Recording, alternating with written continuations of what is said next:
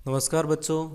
आज हम induction motor की सीरीज में इंडक्शन मोटर का बहुत most important topic circle diagram के बारे में स्टडी करेंगे। देखिए, सर्किल डायग्राम है क्या और इसका इम्पोर्टेंस क्या है। बेसिकली क्या है कि अगर मैं आपको सीधे सीधे शब्दों में समझाऊँ, अगर आपको स्विचिंग जो है, सपोज आप अगर मोसफेट खरीदने जा रहे हो किसी मार्केट में, तो आप क्या करते हो, उस मोसफेट की रेटिंग शीट देखते हो और उस रेटिंग शीट से आपको क्या पता चलता है कि उसकी वोल्टेज रेटिंग कितनी है, उसकी जो मोसफेट है उसकी करंट रेटिंग कितनी है, उसकी पीक इनवर्स वोल्टेज कितना है, वो उस रेटिंग शीट से आपको पता चलता है। तो बेसिकली वो जो रेटिंग शीट है वो बता रही है उस मोसफेट के ओवरऑल परफॉर्मेंस के बारे में। सेम यहाँ भी अगर हम बात करें सर्किल डायग्राम, तो सर्किल डायग्राम क्या बताता है, उस इंडक्शन मशीन की ओवरऑल परफॉर्मेंस के बारे में।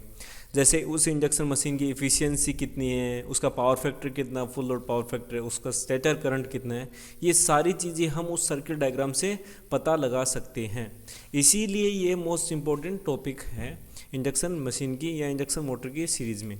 तो चलिए आज हम इसके बारे में डिस्कस करते हैं कि सर्किट डायग्राम होता कैसे है, कैसे बनता है, और फिर उस डायग्राम से हम कौन कौन सी इन्फॉर्मेशन उस इंडक्शन मशीन की हम पता कर सकते हैं। तो चलिए फिर चलते हैं। देखिए, सर्किल डायग्राम क्या है। सर्किल, जैसे इसके नाम से पता चल रहा है सर्किल, तो कोई ऐसा डायग्राम होगा जो सर्किल जैसा दिखेगा या सर्किल जैसा बनेगा, तो वो होगा सर्किल डायग्राम। जो क्या है, एक ग्राफिकल रिप्रेजेंटेशन है, एक ग्राफ में रिप्रेजेंट किया हुआ होगा, जो क्या बताएगा, जो बताएगा इंडक्शन मशीन की ओवरऑल परफॉर्मेंस के बारे में। एक circle diagram is a graphical representation of the overall performance of N induction machine. उस इंडक्शन मशीन की ओवरऑल परफॉर्मेंस के बारे में बताएगा। अब हमें उस सर्किल डायग्राम ओवरऑल परफॉर्मेंस तो बताता है, लेकिन हमें वो परफॉर्मेंस कौन कौन सी इन्फॉर्मेशन उस सर्किल डायग्राम से मिलेगी। तो देखिए, ये इंपॉर्टेंस क्या है कि हम कौन कौन सी इन्फॉर्मेशन उस सर्किल डायग्राम से पता कर सकते हैं। तो सबसे जो पहली है वो है full load stator current, second full load power factor, third full load slip, fourth efficiency at full load, fifth full load torque, sixth starting torque, seventh maximum power, at maximum torque. तो ये जो 8 information हम उस circuit diagram से प्राप्त कर सकते हैं। तो कौन कौन सी है, full load stator current, full load power factor, full load slip, efficiency, full load torque, starting torque, maximum power और मैक्सिमम टॉर्क। तो देखिए, इतनी सारी इन्फॉर्मेशन सिर्फ उस सर्किट डायग्राम से पता कर सकते हैं, इसीलिए ये इंपॉर्टेंट टॉपिक है। ओके, तो सबसे पहले हमने ये देखा कि सर्किट डायग्राम होता क्या है, उसकी इंपॉर्टेंस क्या है, कौन कौन सी इन्फॉर्मेशन हम उस सर्किट डायग्राम से पता कर सकते हैं। अब देखिए, हम ये देखते हैं कि सर्किट डायग्राम को बनाएं कैसे। तो सर्किट डायग्राम बनाने के लिए आपको 2 टेस्ट परफॉर्म करने होते हैं उस इंडक्शन मोटर पे। तो जो पहला टेस्ट है वो है नो लोड टेस्ट, और सेकंड जो टेस्ट है वो है द ब्लॉक रेटर टेस्ट। जैसे कि नो लोड टेस्ट नाम से पता चल रहा है, उस केस में जब इंडक्शन मोटर को हम लोड पे नहीं लगा रहे हैं, नो लोड, तो नो लोड मतलब ये जो टेस्ट है इंडक्शन मोटर का, ये है open circuit test of transformer के इक्विवेलेंट। सेकंड जो टेस्ट है वो है ब्लॉक रोटर टेस्ट। तो इसमें जैसे इसके नाम से पता चला, रोटर ब्लॉक है, ब्लॉक मतलब वो रुका हुआ है, तो इसका मतलब रोटर रोटेट नहीं कर रहा है, तो ब्लॉक्ड कंडीशन में है। तो ये जो टेस्ट है वो है ट्रांसफॉर्मर के शॉर्ट सर्किट टेस्ट जैसा। तो सबसे पहले हम डिस्कस करेंगे नो लोड टेस्ट के बारे में। जैसे कि ट्रांसफॉर्मर का ओपन सर्किट टेस्ट होता है वो रेटेड वोल्टेज और रेटेड फ्रीक्वेंसी पे परफॉर्म किया जाता है, वैसे ही नो लोड टेस्ट जो इंडक्शन मोटर का है वो किस पे, रेटेड सप्लाई वोल्टेज पे परफॉर्म किया जाएगा। Run the induction motor on no load at rated supply voltage.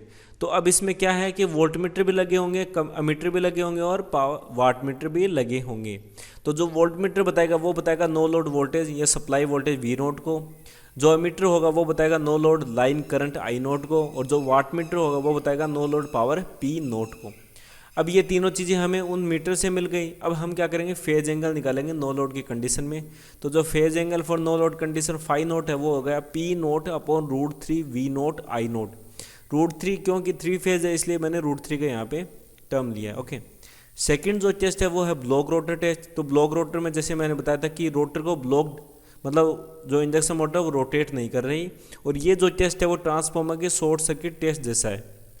ठीक है, तो हम जैसे ये जानते हैं कि ट्रांसफार्मर के शॉर्ट सर्किट टेस्ट जो होता है वो रेटेड करंट पे परफॉर्म किया जाता है, और उसमें जो सप्लाई वोल्टेज होती है वो हम रिड्यूस करते हैं। ठीक है, वो इतनी रिड्यूस करते हैं कि उसमें रेटेड करंट फ्लो होने लग जाए। सेम ब्लॉक रोटर टेस्ट में भी हम ऐसे करेंगे कि रोटर को हम सबसे पहले क्या करेंगे, ब्लॉक करेंगे, फिर उसके बाद अप्लाई ए रेड्यूस्ड वोल्टेज को अप्लाई करेंगे। कितना रेड्यूस्ड वोल्टेज, वो इतना होना चाहिए कि उस के मोटर के टर्मिनल से रेटेड करंट फ्लो होने लग जाए, उतना रेड्यूस्ड वोल्टेज हम यहाँ पे रखते हैं, ठीक है।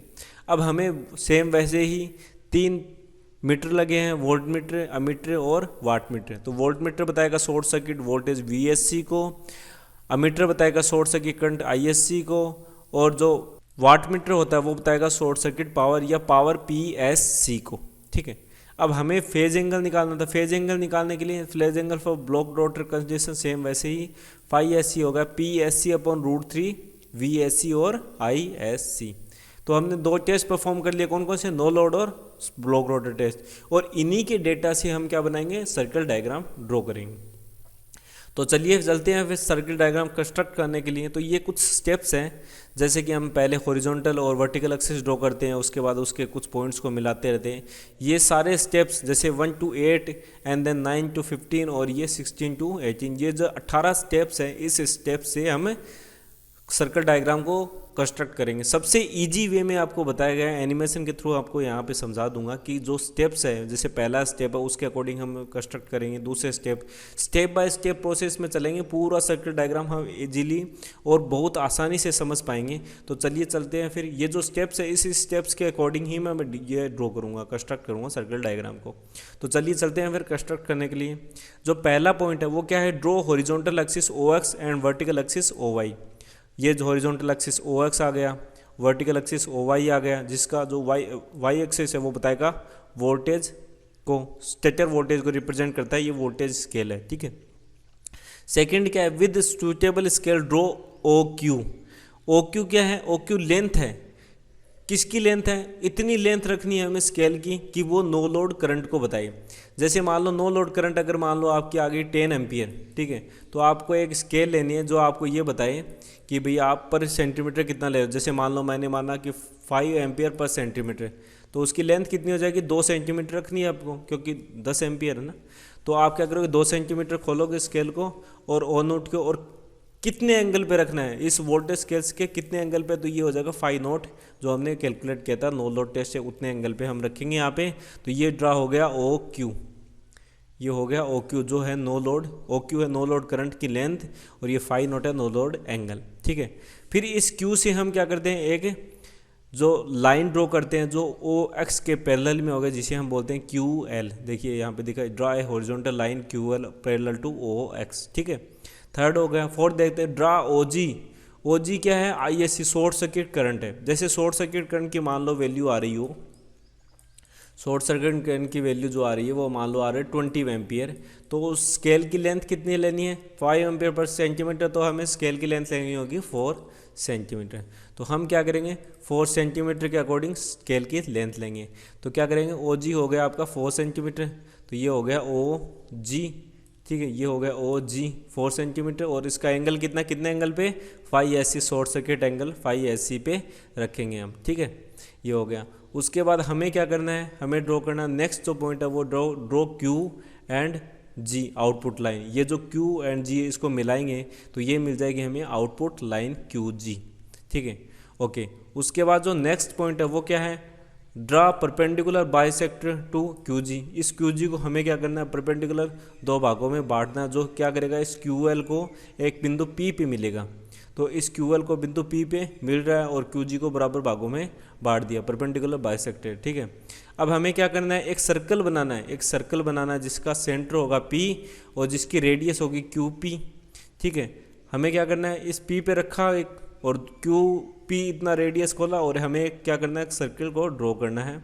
तो ये सर्कल जैसा ऐसा सेमी सर्कल बन गया, आधा सर्कल जैसा दिख रहा है, ठीक है, जो इस G से टच होते हुए यहाँ पे पहुँचेगा, तो आधा सर्कल जैसा है। इसी वजह से हम इसको क्या बोल रहे हैं, सर्कल डायग्राम। तो with P A centre, draw a semi circle passing through Q and G से, this forms the circle diagram which the locus is the input current, जिसका लोकस इनपुट करंट है, ओके। जो next या 8वां step है वो क्या है, वो है फ्रॉम पॉइंट G। इस पॉइंट G से हमें एक वर्टिकल लाइन, इस वर्टिकल एक्सिस के पैरेलल में एक वर्टिकल लाइन खींचनी है, जो इस QL लाइन को J पे कट करेगा, ठीक है, जो इस क्यू एल लाइन को जे पे कट करेगा, G J to meet the line Q L को। ओके, यहाँ तक स्टेप हो गए, 8 स्टेप हो गए हमारे कंप्लीट। सबसे पहले हमने क्या किया, वर्टिकल एक्सिस, हॉरिजॉन्टल एक्सिस, फिर हमने no load current O Q length और उसका एंगल फाई नॉट, फिर short circuit current O G जिसका एंगल है फाई एस सी। उसके बाद हमने क्या किया, यहाँ पे जो लाइन है Q और G को मिलाया, फिर QG को बाइसेक्ट किया, पॉइंट P पे मिला, P को सेंटर माना, QP को रेडियस, और हमने एक सर्कल ड्रा किया। सर्कल ड्रॉ करने के बाद ये सेमी सर्कल है, इसी वजह से हम सर्कल डायग्राम बोल रहे हैं इसको। फिर यहाँ G से हमने क्या किया, इस QL पे एक वर्टिकल लाइन खींची, तो ये वर्टिकल लाइन J इस QL को J पे कट कर रहा है। ठीक है, यहाँ तक हो गए, ये स्टेप्स हमने कंप्लीट कर लिए। अब हम जो नेक्स्ट स्टेप देखते हैं वो क्या है कि fix the point H as below. हम इस पॉइंट फिक्स एच को कैसे फिक्स करें भाई, एच पॉइंट कहाँ रखा जाए। तो हम क्या माने, जो ये जी है ना, जी जे जो लाइन है उसको हम ऐसे बांटेंगे दो भागों में कि हमें जी एच, जैसे आप यहाँ पे रख लो सपोज एच को, तो हम इसको जी एच और एच जे को ऐसे बांटेंगे कि इसका जो रेशियो है जी एच अपॉन एच जे का रेशियो क्या बताए, इक्विवेलेंट रोटर और स्टेटर रेजिस्टेंस का रेशियो बताए। तो जो जी एच बताएगा वो बताएगा इक्विवेलेंट रोटर रेजिस्टेंस को, और जो एच जे बताएगा वो स्टेटर रेजिस्टेंस को। इस हिसाब से हमें इस पॉइंट एच को यहाँ पे रखना है। ठीक है, तो मान लो मैंने यहाँ पे ये पॉइंट आया है यहाँ पे। ठीक है, अब हम क्या करेंगे, now join Q and H. तो इस Q और H को ज्वाइन करेंगे जिसे हम बोलने लगे टॉर्क लाइन। तो ये है टॉर्क लाइन। ओके, फिर जो नेक्स्ट स्टेप है वो क्या है, draw perpendicular bisector to QG। इस QG के परपेंडिकुलर बाइसेक्टर हम ड्रॉ करेंगे as H semicircle as PM। यहाँ पे ड्रॉ किया और ये होगा PM, ये सेमी सर्कल पे PM पे कट कर रहा है। ठीक है, अब हमें क्या करना, नेक्स्ट क्या है, फ्रॉम पॉइंट PM, इस PM पॉइंट से, ये PM है, ठीक है, यहाँ पे आपको दिख नहीं रहा, ये है PM। इस PM पॉइंट से हमें पैरेलल लाइन ड्रॉ करनी है, वर्टिकल एक्सिस के पैरेलल में लाइन ड्रॉ करनी है, जो क्या करेगी, इस आउटपुट लाइन को N पे कट करेगी। जो इस आउटपुट लाइन को N पे कट करेगी, इस आउटपुट लाइन को इसने N पे कट किया। अब ये जो NPM है, ये लेंथ क्या बताएगी, ये लेंथ बताएगी मैक्सिमम पावर को। NPM क्या बताएगी, ये बताएगी मैक्सिमम पावर को, इसकी जो लेंथ है ना वो बताएगी मैक्सिमम पावर को। ओके, फिर जो नेक्स्ट स्टेप है वो क्या है, वो है draw the perpendicular bisector to QH। इस QH है उसको भी सेम परपेंडिकुलर बाइसेक्ट करेंगे दो पार्ट में, और जो सेमी सर्कल को TM पे यहाँ पे परपेंडिकुलर बाइसेक्ट किया और इस सेमी सर्कल को वो TM पे कट कर रहा है। ठीक है, फिर सेम इस TM पॉइंट से नेक्स्ट, तो फिर इस TM पॉइंट से हम पैरेलल वर्टिकल एक्सिस के पैरेलल में लाइन ड्रॉ करेंगे, जो इस टॉर्क लाइन को, सॉरी ये टॉर्क लाइन है ना, ये आउटपुट लाइन है, टॉर्क लाइन, जो इस टॉर्क लाइन को M पॉइंट पे कट करेगा। तो इस पॉइंट टॉर्क लाइन को इसने कहाँ पे कट किया, M पे। ठीक है, तो M पे कट किया तो ये हो गया MTM। तो MTM क्या बताएगा, ये बताएगा मैक्सिमम टॉर्क। ठीक है, NPN बता रहा है, जो आउटपुट लाइन पे जो कट हो रहा है N, ये बता रहा है आपका मैक्सिमम पावर को, और टॉर्क लाइन पे जो कट हो रहा है MTM, ये बता रहा है आपका मैक्सिमम टॉर्क को। ठीक है, ओके, चलो नेक्स्ट स्टेप पे चलते हैं, यहाँ तक आगे। उसके बाद हमें क्या करना है, इस GJK को एक्सटेंड करना है, और कहाँ तक, F तक, ये F तक एक्सटेंड किया।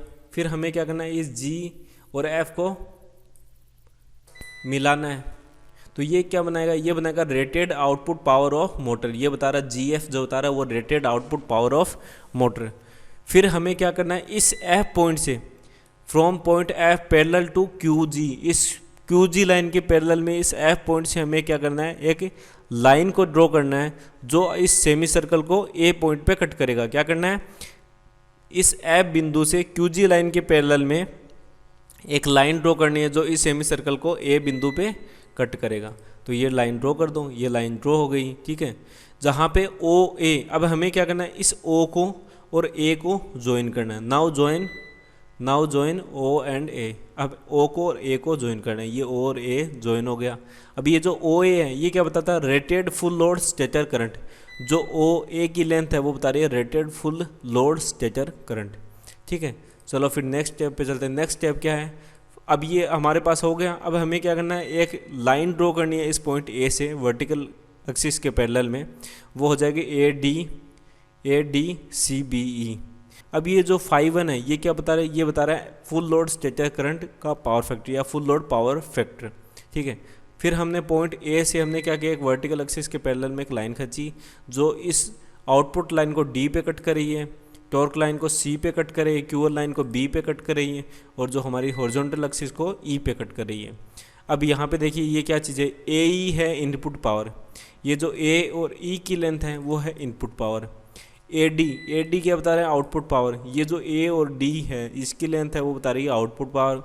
डी और सी बता रहा है रोटर का कॉपर लॉस, डी और सी बता रहा है रोटर का कॉपर लॉस, सी और बी बता रहे हैं, सी बी बता रहा है आपका stator copper loss, C B बता रहा है स्टेचर का कॉपर लॉस, ये स्टेचर कॉपर लॉस है, ये रोटर कॉपर लॉस है, ठीक है। फिर उसके बाद जो बी ई है ये बता रहा है कांस्टेंट लॉस, जैसे आयरन प्लस मैकेनिकल लॉस, ये जो लॉस है ये बता रहा है आपका बी जो कांस्टेंट लॉस है, ओके, ये बता रहा है कांस्टेंट लॉस। तो ए ई बता रहा है इनपुट, ए डी बता रहा है आउटपुट, डी सी बता रहा है रोटर कॉपर लॉस, और सी बी बता रहा है स्टेटर कॉपर लॉस, और बी ई बता रहा है कांस्टेंट लॉसेज। इन सभी स्टेप्स से हमने ड्रॉ कर लिया सर्किट डायग्राम। तो हमारा जो फाइनल सर्किट डायग्राम है वो कुछ इस टाइप से है। क्या क्या, वर्टिकल एक्सिस, हॉरिजॉन्टल एक्सिस, ऐसे मिला के हमने पूरा सर्किट डायग्राम बाय स्टेप तरीके से हमने यहाँ पे समझा। अब हम देखते हैं कि इससे कौन कौन सी वैल्यूज़ हम कैलकुलेट करते हैं, जैसे टॉर्क लाइन, आउटपुट लाइन जो एनपीएन है मैक्सिमम पावर को, टॉर्क लाइन एमटीएम है ये मैक्सिमम टॉर्क को। तो अगर इफ़िशियंसी कैलकुलेट करनी हो मशीन की तो इफ़िशियंसी क्या, आउटपुट अपॉन इनपुट, और आउटपुट क्या पता था हमें ए डी, और इनपुट क्या है ए ई, तो इफ़िशियंसी होगी A D upon A E. Power factor देखते हैं वो हो जाएगा ए ई अपॉन ओ ई, ये हो गया पावर फैक्टर मशीन। मशीन की स्लिप क्या हो जाएगी, डी सी अपॉन ए सी, तो मशीन की स्लिप हो जाएगी डी सी अपॉन ए सी, ये बता रहा है स्लिप को, फुल लोड स्लिप को। स्टार्टिंग टॉर्क कैलकुलेट करना, स्टार्टिंग टॉर्क क्या हो गया आपका जी एच, और अगर फुल लोड टॉर्क की बात करते हैं रेटेड वोल्टेज पे तो वो हो गया आपका ए एंड सी, ये हो गया आपका फुल लोड टॉर्क। ये सारी इन्फॉर्मेशन हमें इस सर्कल डायग्राम से मिल रही है। हमने क्या किया, सर्कल डायग्राम ड्रॉ करने के लिए सबसे पहले हमने देखा होता क्या है, ग्राफिकल रिप्रेजेंटेशन है। फिर हमने क्या देखा, उस पर कौन कौन सी वैल्यू को हम, उसकी कौन कौन सी इन्फॉर्मेशन हम देख सकते हैं, उस प्राप्त कर सकते हैं सर्कल डायग्राम से। फिर हमने 2 टेस्ट परफॉर्म किया, नो लोड और फुल लोड टेस्ट, और उन दोनों टेस्ट परफॉर्म करने के बाद हमने सर्कल डायग्राम को कंस्ट्रक्ट किया, जिसको हमने यहाँ पे आपके सामने स्टेप बाय स्टेप प्रोसेस से, और यह जो सर्किट डायग्राम को कंस्ट्रक्ट करना दिखाया, ये पूरे स्टेप्स हमने सर्किट डायग्राम को कंस्ट्रक्ट करने के लिए यूज़ करेंगे। ये सारे स्टेप्स मैंने यहाँ पे आपके रख के और फिर सर्किट डायग्राम को कंस्ट्रक्ट कर दिया, और फाइनल जो हमारा सर्किट डायग्राम मिला वो मिला हमें ये। आशा करता हूँ कि आपको इस टॉपिक से रिलेटेड सारे पॉइंट्स क्लियर हो गए होंगे। फिर भी कोई रिलेटेड क्वेरी है तो कमेंट सेक्शन में कमेंट कीजिए। धन्यवाद।